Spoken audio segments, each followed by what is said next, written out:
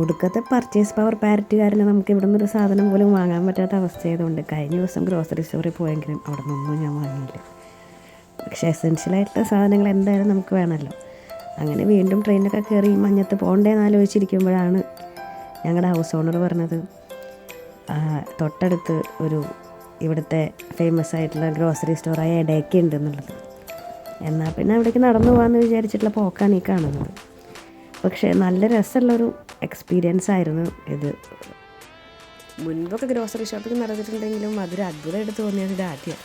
ഫോണിൻ്റെ അധികം ചാർജ് ഇല്ലാതിരുന്നതുകൊണ്ട് എനിക്ക് അധികം ഒന്നും എടുക്കാൻ പറ്റിയില്ല. പക്ഷേ പോകുന്ന വഴിയെല്ലാം ബ്രെത്ത് ടേക്കിംഗ് ആയിട്ടുള്ളൊരു എക്സ്പീരിയൻസാണ്. മെയിൻലി വീടിൻ്റെ പുറകിൽ ഒരു ഫോറസ്റ്റ് പോലെയാണ്.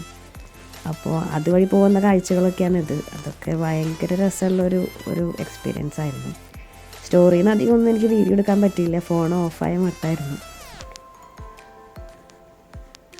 എങ്കിലും it's one of A kind of new experience തന്നെയായിരുന്നു.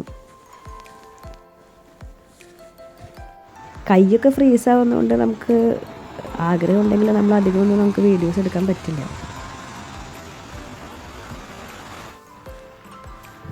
അങ്ങനെ സ്റ്റോറിയിൽ നിന്ന് എസെൻഷ്യലായ കുറച്ച് സാധനങ്ങളൊക്കെ മേടിച്ചു എന്ന് വിചാരിച്ചെങ്കിലും കുറച്ചധികം സാധനങ്ങളായിപ്പോയി.